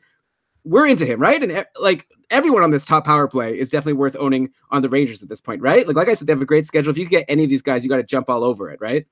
Totally. I think, I don't know, were you suggesting that Kevin Hayes might not keep up his pace? Well, I'm just asking, like, we still like him. We think that he's really good. Yes? Yes, absolutely. And as K-Towny City in the chat knows, Kevin Hayes can be relied upon this year, the way he's going. Also, I wanted to get excited about Pavel Buchnevich, who had a season high 21 minutes and 10 seconds of ice on Saturday night. What did you do with it, Elon? 1 shot, 1 hit, no points. Right. Actually, the one guy I didn't have this on book here, but just curious if you could just give me a quick take. Matt Zuccarello, you seem to be cool on. Like, I see people asking in the Facebook group, to rank different players, and you always have Zuccarello near the bottom. I asked you if I should add Zuccarello in one league or hold on to Nino Niederreiter, and you suggested I hold Nino Niederreiter. Like, Zuccarello keeps getting multiple points every single game. You see this as unsustainable? So I guess the X factor here is Mika Zibanejad, who has just been so good, and Zuccarello's gotten to play with Mika Zibanejad. So that's a good way to pick up some points for Zuccarello. Otherwise, I'd say like with an average, say 65-point centerman, which is about as good as it's gotten for Zuccarello in past years, he was a 55, 60-point player, like pretty reliably somewhere in that range. And lately, as I think we talked about on last week's episode, Zuccarello was looking more like the 55-point version of himself. But if he's playing on the top line with Mika Zibanejad just going off, I'm a little more into him. Well, I mean, he definitely is there, and he's been there for a long time now. And yeah. Yeah. So yeah, I'm okay. So Brian says he's into Matt Zuccarello, and I kind of regret not picking him up when I had the chance in one of my leagues. But yeah, Mika Zibanejad, holy cow, he had a hat trick and an assist on Thursday, 2 assists yesterday. He's up to 50 points in 51 games. This dude, he's a sure thing to enter the 70-point club this year, right? Barring injury, and like maybe even do you think he could break 80 points? I love Mika Zibanejad, and we called him earlier in the season when he was just off to an amazing start. We were like, yeah, 70 points for Mika Zibanejad. This is happening. I didn't know, like, point per game was in the question, but I'll be honest, I didn't expect to see him on an 80-point pace at this part of the season. He's 25 years old now, but has taken a massive step forward this year. And when that happens, we have to ask ourselves, are there improvements, like things that we haven't seen in his past career numbers that we're suddenly seeing that might actually stick? And one thing we see happen when a player goes to like good to elite is sometimes we see their IPP take a big jump. And sometimes when we see that, we're like, like he hasn't actually changed as a player. His IPP is going to regress. He's not going to get points on as many goals that are scored while he's on the ice. But Mika Zibanejad has made this jump from top 6 forward IPP to near elite forward IPP. And I think it might be for real. We're going to need more time to see like the rest of this season for sure. And then probably a chunk of the next one. But I'm optimistic that Mika Zibanejad can be, well, for sure a 70-point player the rest of the way. Point per game is rich. Like I'm not sure if he can quite keep that up, but I'll bump it up to 75-point pace the rest of the season. You also need to keep in mind, if you're thinking about Zibanejad, that the Rangers could very well be sellers, and that could hurt Zibanejad's production somewhat. But he's done a lot with not much of a supporting cast so far. So at this point, you can't really rule Zibanejad out from doing anything, including hitting a point per game pace the rest of the season. What a hero. I love Mika Zibanejad. The Sens traded him for Derek Brassard, right? They sure did. Cool. Good choice. Okay, so one last injury to bring up. Dylan Larkin, another young center, having an amazing season. He's going to miss 1 to 2 weeks with a strained oblique. He has 49 points in 52 games. It would have been fun to see and like maybe like figure out who's better, like who was going to... All right, actually, let's start that over again. 49 points in 52 games. It would have been fun to see who would end up with more points between Dylan Larkin and Mika Zibanejad. Might be hard for Larkin to win now with this, 1 to 2 weeks that he's going to miss in this imaginary contest that I just made up. But Brian, is there like anyone that benefits in your mind with Larkin out? Like usually when a player on the top line and top power play gets injured on a team, we talk about, who's going to benefit in the meantime, like who's someone that will stream in, take over his deployment. But you look at the Red Wings, I just don't know. Like I guess Gustav Nyquist now becomes that guy that you want to be playing with if you want to get production. And Gustav Nyquist was skating with Athanasiou and Abdelkader yesterday in the win over the Sens. Also, the top power play was Nyquist with Vanek, Mantha, Athanasiou, and Nicholas Kronwall, of course, much to any Mike Green owner's chagrin. If any of these guys were available in free agency before, are you like adding them now to stream until Dylan Larkin is back? Like, are you into any of these Red Wings with Larkin injured, or is this just bad for everybody? I think it's bad news for everybody. And first, we've been trying to give Dylan Larkin his due all season long, but here's another chance to do it. Larkin ranks 5th in shots on goal so far this year, right behind Jonathan Marchessault. He's having such a great year. Gustav Nyquist, like you say, he's the one that you want to have, like the guy you want to have wait, sorry. Yeah. He's the one you want to have exposure to, right? As Pete Jensen would say. Yeah, well put. And Nyquist has been fantastic all season long, and in a way that seems sustainable. the one dry run Nyquist has had, in which I actually dropped him in a couple leagues that I owned him in, that was back in November when he had 1 assist over 6 games. And guess who his line mate was, or rather wasn't, in that stretch? That's right. He was. Yeah, Dylan Larkin. Yeah, he wasn't skating with his good pal Dylan Larkin. And there's a really marked difference in Nyquist's on-ice numbers with and without Larkin at 5-on-5, 20 fewer shot attempts per 60 minutes, 10 fewer scoring chances per 60 minutes, half as many high danger chances per 60 minutes, and obviously a lower expected goals rate per 60 minutes. So I'm actually not sure Nyquist is a guy you want anyone who's exposed to, because Dylan Larkin is out. Instead, I think you're hoping that if you own Nyquist, that he can scrape up enough offense to make him still worth owning while you wait for Larkin to heal. Elon, like, you're not reading this as like a Palmieri Hall situation. Like when Taylor Hall got injured, you were like, oh, now's a good time to own Kyle Palmieri because he's going to be the guy. Are you seeing, like, were you sort of saying the same thing about Nyquist, or am I mishearing you?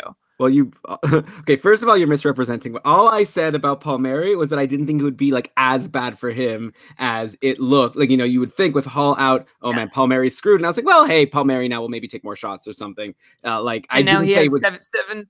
And now he has 7 points in 16 games, 4 points in his last 11. Yeah, hasn't. I also didn't think Taylor Hall was going to be out for like more than a week. Like, what is going on with Taylor Hall? Is he even coming back? Like, I think we talked about this on the Patreon cast, where like some Roto World news came out saying like New Jersey has announced that Taylor Hall will not be shut down for the season yet. It's like, okay, well, thanks for making me feel better. Now you made me nervous about something that I wasn't even considering. I thought he was going to be back any day now. Ugh. Anyway, as you can tell, Taylor Hall. But you weren't okay. So you weren't suggesting that things are going to get better for Nyquist, or like he'll be the guy. I think the Red Wings are in trouble without Dylan Larkin. You're looking to Nyquist and Athanasiou and Anthony Mantha to step up with Larkin out.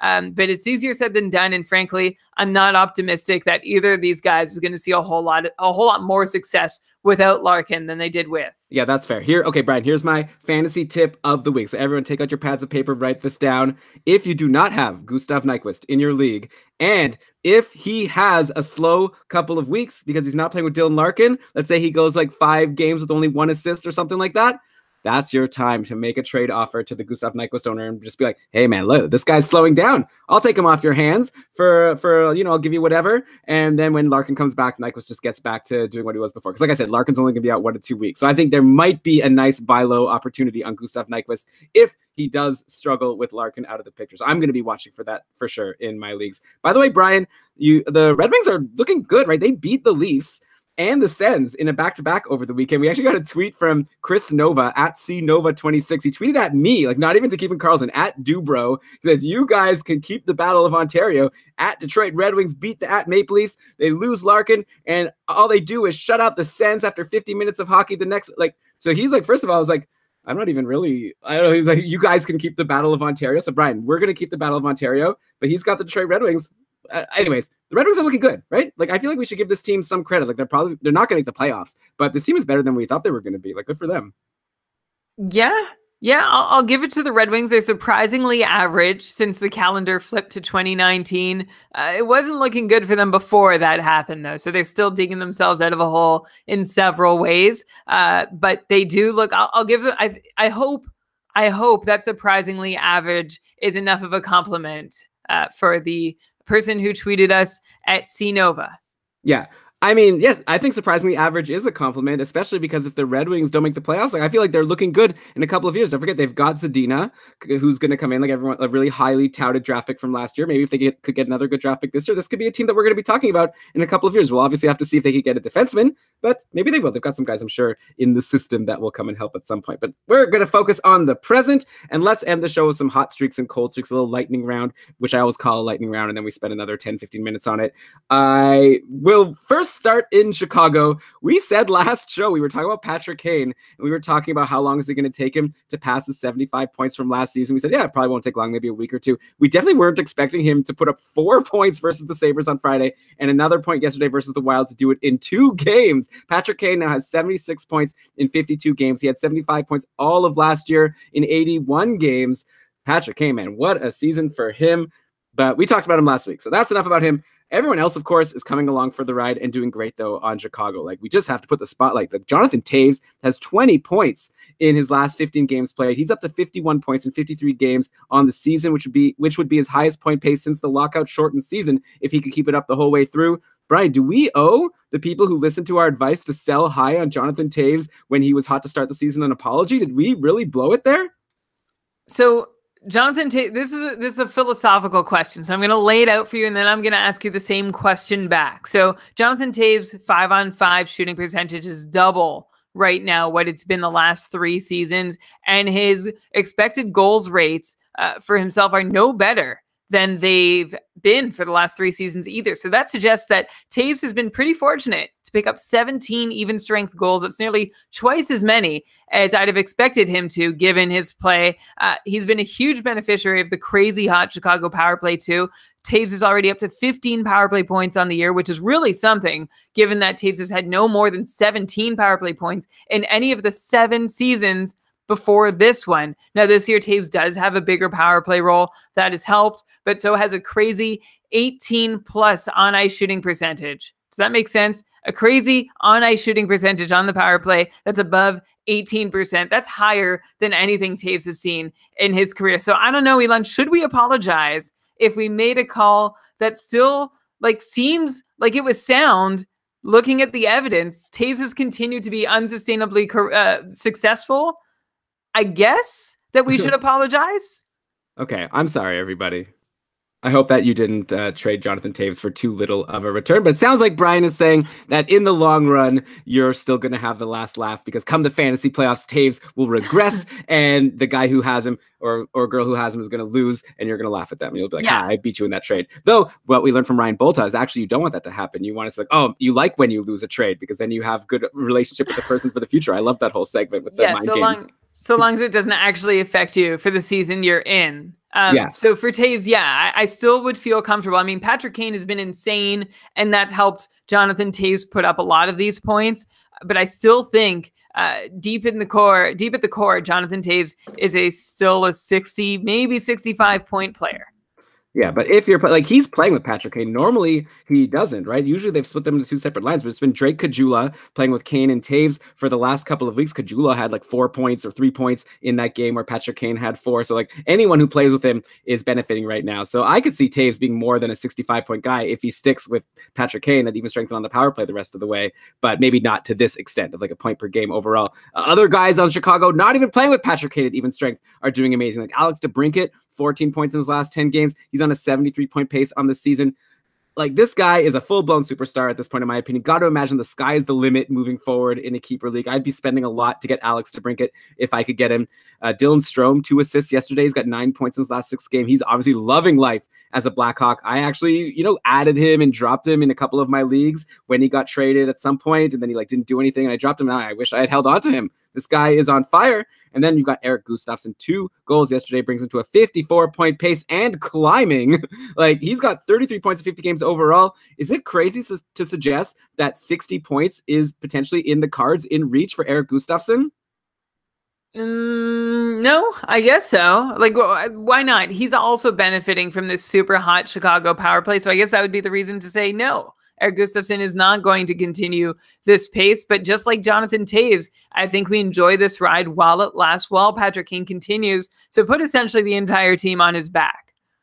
Okay, Brian, let me ask you, for a super deep league, who would you add between Oscar Lindblom, Valentin Zykov, and Drake Caggiula, who, like I said, is playing on the top line with Kane and Toews? Chris in the chat room is pointing out that Caggiula, even if he doesn't get you a point, he's averaging 3.5 hits per game, so that's great. But just for points, who do you like best of some of these really deep names that we've brought up in this episode? So you said Lindblom, Caggiula, who is the other one? Zykov, your favorite guy in Vegas. Zykov. I think I'll go Caggiula, just because his deployment is the best, and I feel like he's been in a decent spot for a little while now, where Zykov, he's fallen out of favor so many times. I'm not confident yet that he's going to be able to hang on to that top line spot for very long, especially if Marchessault still doesn't get going. You have to figure they pop Riley Smith up there before long. Yeah, I would say that Zikov is the obvious third choice, and it's between Lindblom and Kajula. And I feel it's just like a short-term, long-term thing. Like right now, I'd rather have Kajula, but I think Lindblom's going to, get the most points the rest of the way because I doubt Kajula like stays there all season long. But as long as he's on that line, he's pretty good. Okay, next, let's go to Washington. TJ Oshie has been killing it lately. 8 points in his previous 4 games before going into today. The Capitals got shut out by Boston. So, of course, Oshie didn't continue his run, but he's been playing on the top line and top power play with Ovechkin. He's on a 58-point pace this season. Brian, do you see that 58-point pace holding? Do you see it going down to his 52-point pace from last year? Do you see it potentially going up to his 67 points from 2 seasons ago? Like, where does TJ Oshie land for you in terms of like what is his real production that you can expect? Timothy Oshie is definitely not going to be a 67-point player like he was 2 seasons ago. And Elon, I feel like you know that, like you're just saying that just to get a rise out of me, in which case mission accomplished. Oshie has a 14% shooting success rate this year, and that's an even strength. And that's why he's floated above a 55-point pace. I think Oshie only belongs at a 55-point pace. Like, he's just kind of an annoying guy because he gets this goal scoring variance working in his favor, but then Oshie doesn't actually take a lot of shots on goal. Like, he gets 2 per game, essentially, even though when he is helping you, it's because of the goals he's scoring. So if you're caught holding TJ Oshie, once his shooting percentages do begin to bite him, he offers so little value all of a sudden. So he's a guy I really encourage everyone to sell when there is a moment, perhaps like this one, to get some value back for him.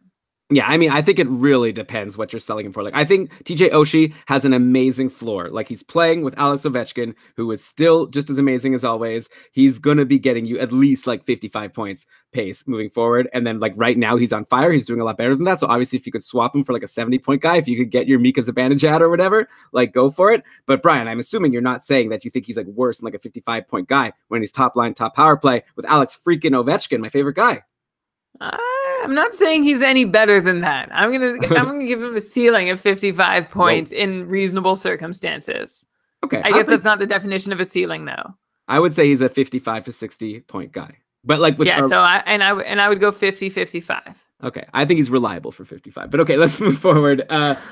Have you noticed Brad Hunt? We've done, this episode is all about talking about the big names. We've been talking about like the no-name guys. We're trying to give you guys and everyone in between, okay? Hope you're liking the show. Let us know at Keeping Karlsson. But Brian, have you noticed that Brad Hunt has been seeing top power play time with the Minnesota Wild since joining 3 games ago after being traded by Vegas for a couple of late picks?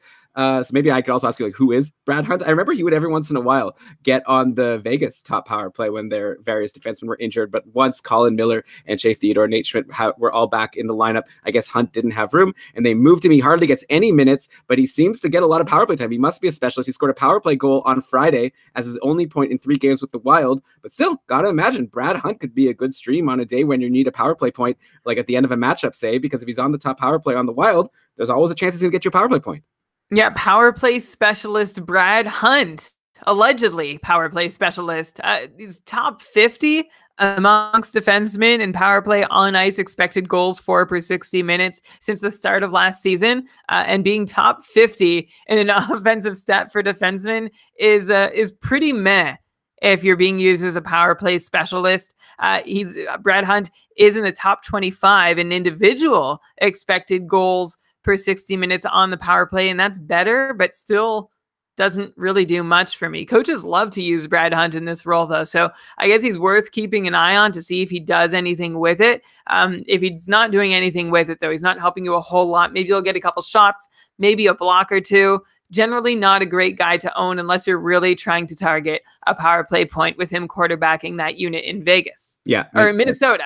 Yes, in Minnesota. Maybe bad for Jared Spurgeon, but I feel like Minnesota goes pretty even with their 2 power plays. So Spurgeon will just play as the main quarterback on the second power play, which plays almost the same amount of time. Okay, let's get to our Super Bowl relevant content of the episode and talk about the St. Louis Blues. And Brian, right now, I just took a look. It's in the 4th quarter of the Super Bowl, New England versus, it's Los Angeles Rams? Oh, I thought it was St. Louis Rams. Years ago it was when Kurt Warner. Elon, do you remember? Do you remember the time you made a bet that the game wouldn't go to overtime? I think it was the St. Louis Rams and Tennessee Titans, if I'm remembering correctly. And you made this bet, and you were so confident about it. And then there was this run on the last play of the game that ended at the goal line. Do you remember this at all? Yeah, I remember it. No, there was like a glitch on some gambling website that I was frequenting at the time, which I don't recommend young teenagers should do. But they had a glitch where it was like more than even odds that the game would go to overtime. Maybe it was even odds. I think I put like $100, which was a lot of money to me at the time. It still would be a lot of money if anyone wants to donate $100 to our Patreon. We'd really appreciate it. But yeah, and then it almost did go to overtime. And it was crazy, but they didn't in the end. This game right now, Brian, is 3-3. And again, I apologize. I played a lot of like NFL, like Nintendo games as a kid. I think that's why I thought it was the St. Louis Rams. So it's LA Rams and New England Patriots. It's a recent move. They recently moved. This is like the score of a Bruins Kings game, right? Like, how is this a football game? Why is it 3-3 in the fourth quarter? That's pretty surprising. But okay. I've said it once. I'll say it again. The Grey Cup is better than the Super Bowl every single year. Boo, boring. Okay, I don't know why I said that. I just don't like talking about the Grey Cup. Anyone who watches that is weirdo. What? The Grey Cup is a great, like, if you don't follow Canadian football, it doesn't even matter. You watch the Grey Cup, you're entertained. I guess so. So I'll try and invite me over. Let's have a patron hangout for the next Grey Cup, and we could all get together at some bar and watch, and you could tell us why it's good. I love that. A patron Grey Cup party. I'm in. So I guess the Super Bowl content was back when we talked about LA, and I totally forgot, but I do have the St. Louis Blues that I want to talk about. You could have corrected me, by the way. Okay, so Ryan O'Reilly is on fire right now. He's bringing Tarasenko and Shen along for the ride on line one, and I know it's crazy to say that Tarasenko is being brought along for the ride as he's supposed to be the superstar on this team, but I feel like Ryan O'Reilly, he's the guy on the Blues. Like, all three are, of course, on a huge roll right now, but Ryan O'Reilly is up to 52 points in 50 games. Maybe the question I should ask is who's going to get more points between Ryan O'Reilly and Zibanejad rest of the way. Do you have a quick answer for that? No, I don't. Like, you did tell me you were going to ask me this, so I should have had one. I guess I'm going to lean Zibanejad here, but it's very close. Actually, no, I'm going to go Ryan O'Reilly because of the friends he has to play with. I definitely will say Ryan O'Reilly. This guy is a stud. And like I said, obviously Braden Shen and Vladimir Tarasenko getting a lot of points right along with him. Great for people who held on to Braden Shen. What an amazing spot for him to land back on, playing on this top line with Tarasenko and Ryan O'Reilly. And yeah, he's helping you right now. And there were times earlier in the season when people were asking us if they should drop him, and looking at his deployment and what he was doing, it seemed like a reasonable move. Obviously now you're regretting it if you let go of Shen. Guess, Brian, who's been playing on the top power play with Ryan O'Reilly, Shen, Tarasenko, and Alex Pietrangelo? And I know, I guess you have like the answer because I wrote it in our document, but for people listening, you're never going to guess who's been playing on the top power play. This is like, it's a clickbait right now. You won't guess who's playing on power play one with Ryan O'Reilly, Shen, Tarasenko, and Pietrangelo. I'll just tell you guys, okay? It is not Jaden Schwartz, which is who I would have assumed is going to play there. It's not Alex Steen. It's not like anyone you would think would be on the top power play in St. Louis, but it's been a guy named Oscar Sundqvist. And while Sundqvist doesn't have any power play goals recently, even though he's been playing on the top power play, he has scored in 3 straight games. So Brian, of course, I have to ask you, who the heck is Oscar Sundqvist? And why is he on the top power play? And is he worth a stream while he stays there on the top power play? Okay, so Oscar Sundqvist is a 3rd-round pick from back in 2012, drafted 81st overall by the Pittsburgh Penguins. The Penguins traded the 24-year-old Sundqvist to St. Louis in 2017 in the offseason in exchange for Ryan Reeves and a pick. Everybody loves when Ryan Reeves gets traded, so there's one example. And Sundqvist has seemed like a decent producer at the AHL level, but has just 26 points, 13 goals, 13 assists in 112 NHL games to date. The nice thing about Sundqvist, and the reason he's caught your eye, is that he's seen a bump in deployment over his last 10 games that he's never before had in his career. He's averaging 16 and a half minutes of ice in this little stretch, and he's looking pretty good with the time he does get. You look at his rate stats, and in shot attempts and expected goals for, he's amongst the top 5 Blues at 5-on-5. So maybe there is something to Sundqvist. I like that he's playing on this power play unit, but I don't like that at 5-on-5 he's playing with Zach Sanford and Patrick Maroon. So that sort of washes out some of the good of him getting good power play deployment, but maybe this is a chance where he can crack the top 6 or be part of a meaningful top 9. Yeah, and Brian, I guess let's add him to our list of deep league players that we're ranking. Who would you rather have between Sundqvist and Lindblom and Kajula? Like, I think you mentioned to me before we started recording, someone told you St. Louis plays 4 times every week for the next like 3 weeks. So this would be a good team to stream someone in on. If you're in a deep league, is Sundqvist this guy? Yeah, and shout out to at Hockey Feed St. Louis or STL for the reminder that the Blues play 4 games a week for the next 3 weeks. I'll try Sundqvist on this top power play unit because at even strength, he does seem like he is a reasonably good offensive producer who just has not been given the opportunity to really strut his stuff yet. So I think I'd still prefer Kajula. I'm sort of down on Lindblom because I've bid on that before and not gotten a lot from it. So I think maybe that's just my own personal bias and I'm looking for something new. But Sundqvist is definitely in the picture. Okay, it's a sunny time for Sundqvist, and that was terrible, and I apologize. Also on St. Louis is Jaden Schwartz, a snoozer at this point. He's playing on the second line with Bozak and Steen, seeing second power play with like similar nobodies, quote unquote, I guess. Like 4 points in his last 10 games for Schwartz. He's got 21 points in 37 games on the season. That's a meager 47-point pace, a far cry from his 59 points in 62 games last year. Yikes. Something is wrong with Jaden Schwartz. Obviously, part of it is his deployment, but he had a chance with good deployment and just couldn't do anything with it, which is probably a big reason why he's been bumped. Are you still holding on to him in any leagues, or are you letting him go and going to stream in one of our deep guys, or maybe if you get like a Konechny, or I don't know like what level your different leagues are, but I feel like Jaden Schwartz might be a snoozer at this point if you're holding on to him and not considering letting him go. Yeah, you've got to consider at least streaming him out. He's still putting up pretty good shot numbers, which is something that we've watched sort of ebb and flow over the course of recent years. But so far, he has 103 shots in 37 games. So that's good for like 2.5 per game. And over his last handful, he has 14 shots in his last 4 games, which is encouraging. It's unfortunate he really just can't do a whole lot with them. One reason that nothing's happening for him or it's not showing up on the score sheet, he has just 3 goals this season because he's shooting 2.9%. He's a career 12.5% shooters. So you have to think that things will turn around for Schwartz at least somewhat at some point this year. He's better than his point totals indicate. So he could be a good buy low candidate or even like add for free from free agency candidate. Because once his shooting percentage does start regressing, we will see that like he's still a 20-25 goal scorer.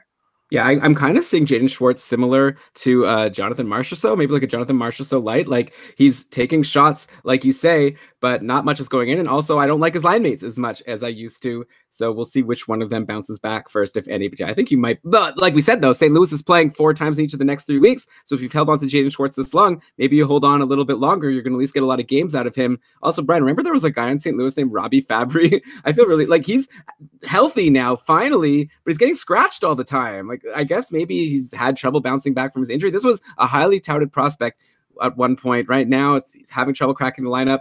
I don't have a fantasy question for you. Well, I guess maybe like in a deep dynasty league, I'd be interested to know if you'd want to hang on to. Maybe some people are wondering. I'd be curious to ask Cam Robinson what his thoughts are on Fabry moving forward, because right now he is getting healthy scratched, and that is not good for a potentially a high round draft pick that was supposed to be a good prospect. Yeah, when Fabry does play, he's seeing 4th line minutes. So there's really not a lot to like about him. He's a guy that I've had a lot of patience for in the past. But of course, so long as this is happening to him, there's pretty much zero interest in him as a St. Louis Blue. I wonder if he's a guy who gets a change of scenery at some point. Like if St. Louis wants to try and make a playoff run, maybe he's a good trade chip. They don't want him, but probably a developing, growing team trying to build their pool of prospects and young talent might bite on him. Yeah, that's interesting. Yeah, maybe he will be someone who gets moved. There are a lot of teams that are maybe looking to rent out a player, like have a player that's going to be a free agent in the summer. Columbus obviously comes to mind. Maybe they would be happy to get a nice prospect that could be good. Maybe once Robbie Fabry has a full summer to actually be healthy and train, who knows? Okay, final team of the episode. I want to go to Buffalo, Brian. Carter Hutton is ice cold. He's had a sub 900 save percentage in each of his last 4 starts. He's at 895 save percentage over the past couple of months. That's 12 games. And also over the past couple of months, Linus Ullmark, the supposed backup, he's also played 12 games. So he's not even a backup. They've been splitting time for the last couple of months, and Ullmark has been better. He's at a 908 save percentage in his last 12 games, which I believe is above average for this season. So Ullmark has been good. Carter Hutton has been bad. If you haven't noticed, Hutton has been bad. Moving forward, do you see this as a timeshare? Like, do you think Hutton and Ullmark will be splitting time the rest of the way, or do you still see Hutton as the starter and he'll eventually earn that starting job back and be the guy you want to have on your team? Because if you have Carter Hutton at this point, and if you're in a league where other timeshare guys generally fall to free agency, if like Reimer and Luongo are there, or like Varlamov, and like, is Carter Hutton in a group like that, or is he still worth holding? Like, he had that great start to the season, but right now it is not looking good for him. No, it's not looking good for Carter Hutton. And you look at Linus Ullmark to see, well, which guy should the Sabres be playing? And Ullmark is the one with the highest 5-on-5 save percentage, and he's playing above his expected save percentage just by a smidge, but still doing it, while Carter Hutton is playing below his expected save percentage to a greater extent than Linus Ullmark is outplaying his own. So, like, the thing that saved Hutton so far, I think, is that he's put in some good time on the penalty kill and put up some good numbers there. But without that, and it's not necessarily sustainable, I think this choice between Hutton and Ullmark as the goalie in Buffalo going forward this year would be even more crystal clear to lean towards Linus Ullmark. So if you're in a league where you're looking for a goalie, you need some starts and saves, and Linus Ullmark is out there, he's probably worth grabbing. Yeah, if you want to get every second Buffalo Sabres game, you could probably get that with Linus Ullmark. There's another question if you want that, but Ullmark has been pretty decent, right? And I guess it sounds like the corollary is you're saying people might be wanting to drop Carter Hutton or try to trade him to someone who still sees him as a starting goalie because he might not be someone you could depend on in your fantasy playoffs. Okay, so we've talked about Hutton versus Ullmark. Here's maybe a more fun question. Who's going to get more starts the rest of the way between Carter Hutton and Sergei Bobrovsky? Because right now in Columbus, it seems like Bobrovsky and Korpisalo are basically splitting starts, and that is obviously not what people who drafted Bobrovsky, such as you, early in their drafts or for a high auction cost were expecting. I'm just curious. When I talk, can you hear this plow, this snow plow? No? Okay, you're muted, so I'm just reading your lips. No, I can't. And also, it's the end of the show, so if I could, what would we do about it? We're not going to re-record. It just arrived. Oh, it's just started. Okay, I don't hear it. So let's just close it out. So who's going to get more starts? Well, and then I said, like, because lately, Korpisalo, I know, smug about it. Of course, if you spent a high draft pick on Bobrovsky, it's not what you were expecting. Wasn't me. Okay. I drafted Jake Allen. Bobrovsky owners are definitely... Wait, sorry. Start over. Bobrovsky owners are definitely hurting. It's not fun to see, well, one, he's struggling when he does play, and then you're not even sure that he's going to play. So if you're wondering who between Bobrovsky and Hutton gets more starts, I'm going to say it's Sergei Bobrovsky, but perhaps for another team. And for the record, according to goals saved above average, Bobrovsky is below an NHL average goalie this year, like Carter Hutton, but not seeing as large a gap between his own play and the expected save percentage that he should have compared to Hutton. So that's my, like, barely silver lining. What's a darker lining than silver? Yeah, okay. You're basically saying, I'm not going to answer that boring question, but so you're basically saying that Bobrovsky's in bad, but at least Hutton has been worse. Okay, maybe the more interesting question is actually, who would you rather add? If you need a goalie right now and Linus Ullmark and Korpisalo are both available, who would you add between those two? Oh, that's a good one. Well, you'd go Ullmark if you want an immediate payoff and you don't care so much about wins. But if you hope that the Blue Jackets trade Bobrovsky without getting a warm body goalie back to replace his starts, then Korpisalo will be probably I don't know, he might not be as good as Ullmark, but he'll be playing on a better team. Yeah. Also, to be fair, like, Korpisalo is actually getting a decent number of starts right now, even with Bobrovsky there. But yeah, it's a tough decision. Obviously, there's no right or wrong answer. We'll have to wait and see how things shake out at the trade deadline and beyond. And also, just to say, like, Korpisalo not having a very good season himself, 901 over 20 games played, 16 starts. Of his 16 starts, 31% of them have been quality starts, and that's sort of in line with his career numbers. Like last season, Korpisalo was an 897 with a 41% quality start percentage. The year before, Korpisalo was a 905 with quality starts in less than half his starts as well. In his very first season as a 21-year-old, that was Korpisalo's best year. He started 30 times, saw a quality start in 53% of those starts, and at a 920 save percentage, he has not even come close to approaching those numbers since. So I'm kind of about ready to give up on Joonas Korpisalo, which is why I think, and I feel like the Blue Jackets have sort of coyly stated this, but if they were to trade Bobrovsky, I think they would be looking for an actual goalie who could play for them in return. Yeah, I think back when Korpisalo had that good run, that was when Bobrovsky was injured, and maybe, so you could always go with the narrative like Korpisalo is good if he gets a lot of starts in a row, and maybe whatever. Like, that's probably a silly narrative. By the way, Chris in the chat room saved me because I guess was mean and a bad friend. I didn't answer your question of what's a darker lining than a silver lining. Chris said darker than the inside of a coffin on a moonless night. Silver lining is probably the darkest lining. So there you go. Thank you, Chris. Brian, you can make that the episode title because we are done with another episode of Keeping Karlsson. So thanks everyone for listening. Anyone who joined us live, we really appreciate you in the chat room, and everyone who's still listening and downloading the show every single week. We of course really appreciate having you as listeners to our almost 2-hour fantasy hockey podcast week in and week out. If you like the show, hey, we'd love to hear from you. Tweet at us at Keeping Karlsson. Let us know what you think. We're also open to some critiques or criticism. We'd love to hear that on Twitter, not so much on iTunes. But if you do like the show, we'd love to get your 5-star review on iTunes. That really is a nice way to help the show. It doesn't cost you anything, and it raises our profile. So if you'd be so kind, head on over to iTunes or whatever site you use to rank podcasts, give us a 5-star review, say some nice words, and we will appreciate it very, very much. If you really want to support the show, you could always become a patron of Keeping Karlsson. We give you a ton of perks for a measly $5 a month. And no, it's not too late. I know it's like the end of the season. You think, I didn't join it. Maybe next year. Hey, you could sign up, be a patron for a couple of months, get our advice in our patron-only Facebook group to help you with your trade deadline and your fantasy hockey playoffs. And then if you don't like it, you could leave, right? You can cancel anytime on Patreon. So something to consider. At least check it out, keepingkarlsson.com/patron. But with that, let's cue the outro music. And Brian, why don't you go ahead and read us the credits? Okay, sure thing. This episode of the Keeping Karlsson Fantasy Hockey Podcast was presented by Dauber Hockey and powered by our patrons.